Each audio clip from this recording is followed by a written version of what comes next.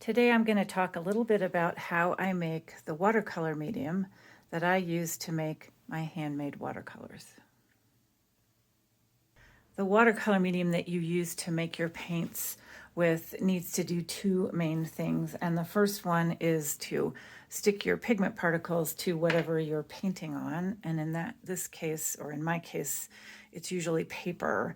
And a good test for if you have a good watercolor medium, or if you have one that is working, is to rub your finger across your swatches once you've made them, and you shouldn't be able to smear any of the pigments or lift them off with your fingers. The second thing that your watercolor medium needs to help with is the re-wetting of your paint. Once you've made your paints and they've dried in these pans, you need to easily be able to re-wet them, pick them up on a brush, and paint with them.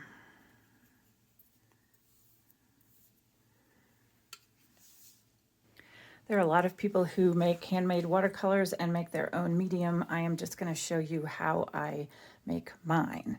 The first ingredient that I use, which will be in any watercolor medium, is gum arabic. And gum arabic is the binder, and it is responsible for binding the pigment particles to the paper.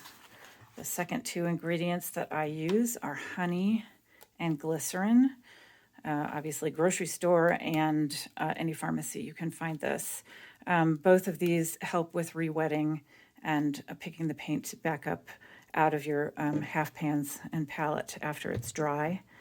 The fourth ingredient that I use is called oxgall. It is a dispersant, and it helps keep the pigment particles from clumping together when you're making the paint and also when you're painting with it. Not everyone uses this in their medium. You can actually add it later if you want to, but I have always used it, and I just happen to like what it does for my paints. The last ingredient, which is important, is clove oil. Clove oil is a pretty powerful antifungal and antibacterial, and it really will help you from getting moldy paints. I live in a pretty dry environment, but even I'm pretty careful. Once I've finished painting, I leave my palettes open and let them dry out a little bit, just to help with that also.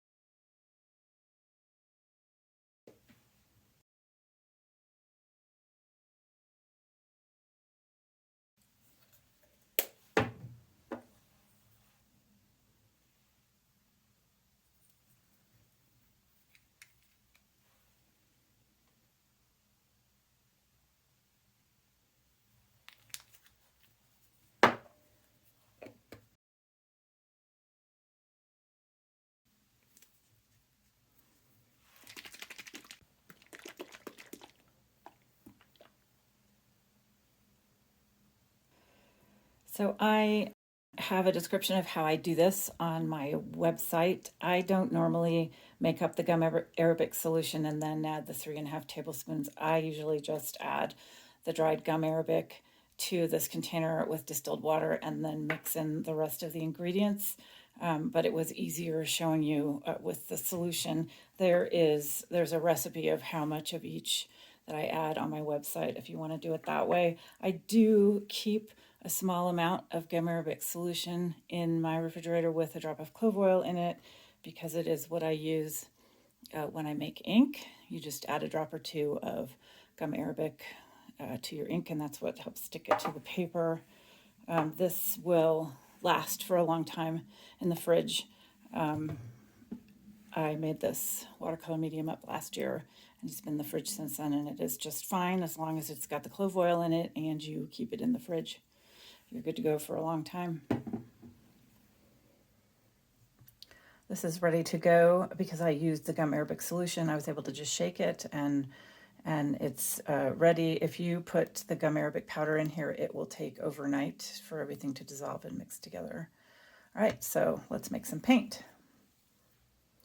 When I make my paints, I measure by volume, so 1/2 teaspoon, 1/4 teaspoon of pigment and drops of medium, and that's because I make in very small quantities, 1/2 pans and 1/4 pans at a time. If I were making paint in much larger volumes to sell, I would measure by weight.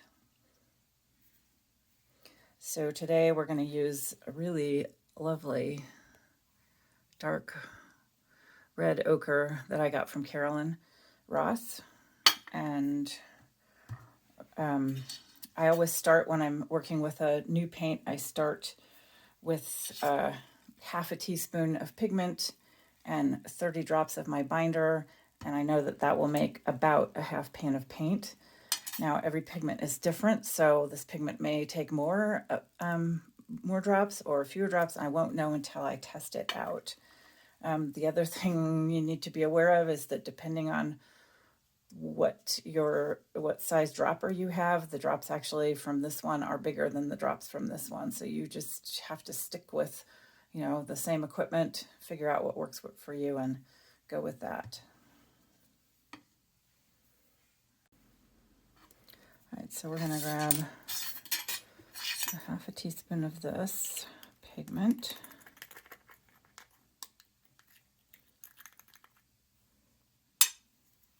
And then I'm going to add 30 drops of my medium.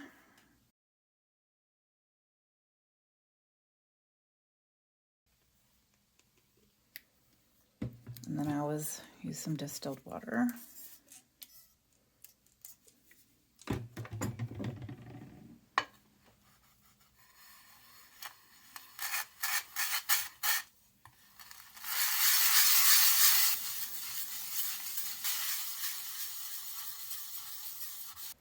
So now I need a quick way to dry this so I can tell if I've added enough or too much binder. And I just keep this little container of little jars that I can close up. I will put most of the paint in one of these. And then the other thing I do is keep all my little scraps of watercolor paper that come off the end of paintings or whatever.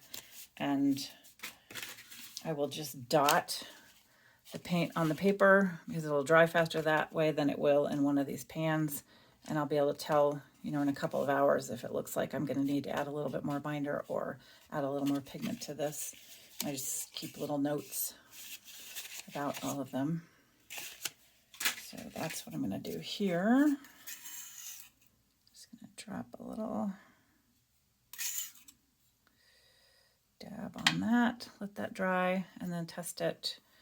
And then once I've got it right, I will stick it in a 1/2 pan. The other thing I do is swatch this paint in my journal with notes on what I did.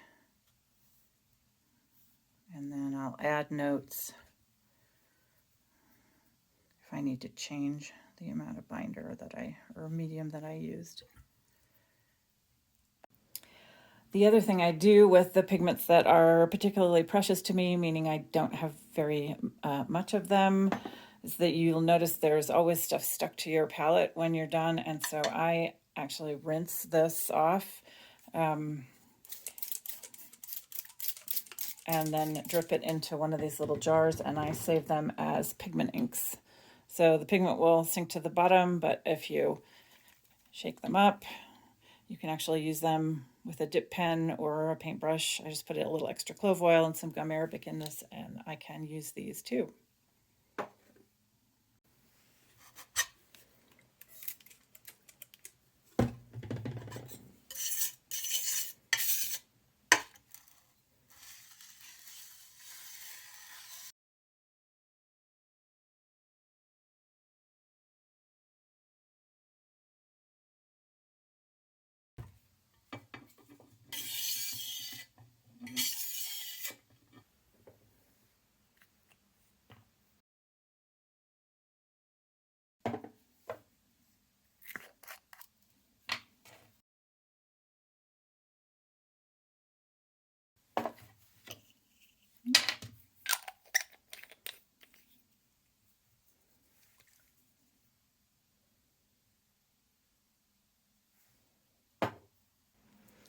So my little sample dot is dry and it hasn't cracked, but it's not too shiny. I'll show you what it looks like when I've added too much medium to my paint. This one has so much medium that if I leave this sideways, the paint will actually run out of the pan. It's kind of the same with these. This was another one I made, and that needs to be remade with a little more pigment, which is why I often will just dot something on a card like this, because I can tell right away. So the other way I know that it's got enough medium is that I can rub this swatch I made and it doesn't come off on my fingers. So looks good. And this is such a nice paint.